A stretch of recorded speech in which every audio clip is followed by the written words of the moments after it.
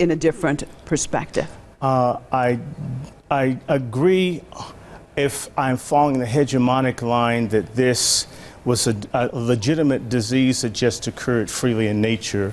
But since I do not, frankly, what President Barack Obama should have done is call for secession of all American NGOs, corporations, not-for-profits doing non-consensual human experimentation in Africa and everywhere else in the world where it goes on. Ebola, I'm holding in my hands a patent that the U.S. government gave for Ebola in 2012. It says it's invented and it was made in its abstract for experimentation. Governments in Africa were given about $140 million to let experimentation start in January of this year. And now we see people dying from it because it was a disease made to kill, and it's killing.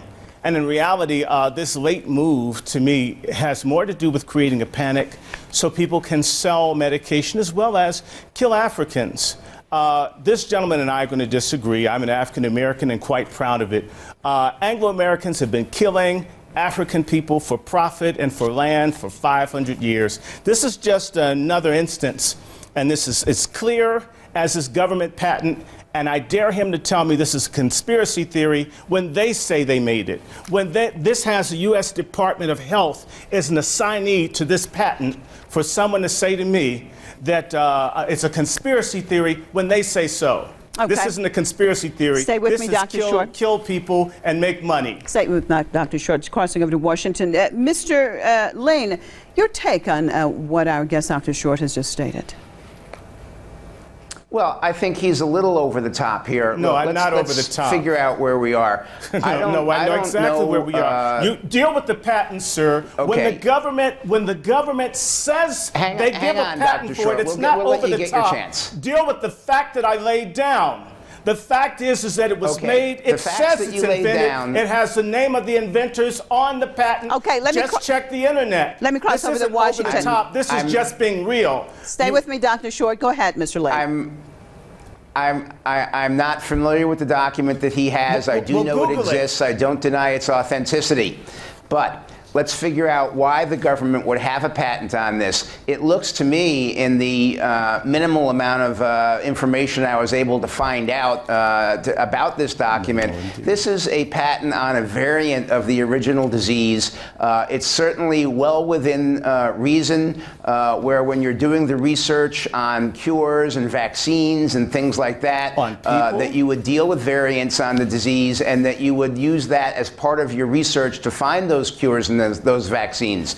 So the fact that the document exists and the fact that the document may be authentic is not in itself any sort of smoking gun. It is authentic. Don't accuse me of lying. This is a government's document. I never accused you, Dr. Short, of lying. Let me just jump in here. Dr. Short, why would the U.S. government want to, according to what you're saying, create such a deadly virus? Why would they want to do that? Why would they have the syphilis experiments?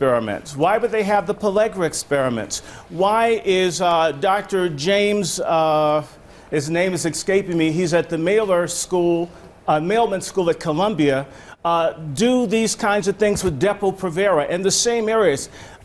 We have a history of doing all kinds of unjust and illegal things with substances, not just outside of the United States, but within. The Tuskegee experiment is the best known, but there are many, many others. And so it's time for this to stop.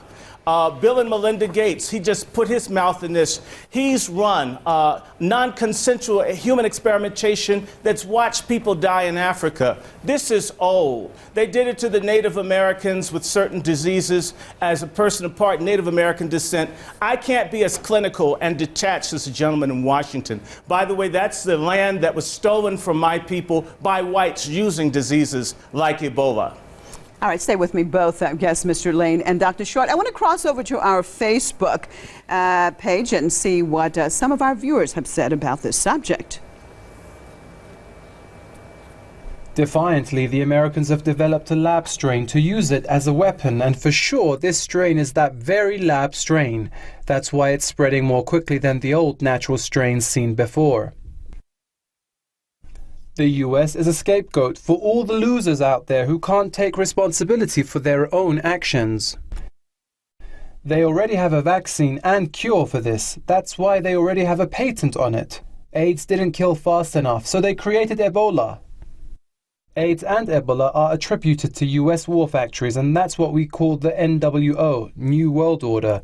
Why do they have to bring soldiers instead of doctors? Is Ebola a terrorist? Let the fools be fooled. This will definitely be an interesting debate. Can't use my guesswork to know whether Ebola is man-made or not. I only want to flip through each evidence provided from each side. All I know is that it is a dangerous infection. Press TV, why can't you make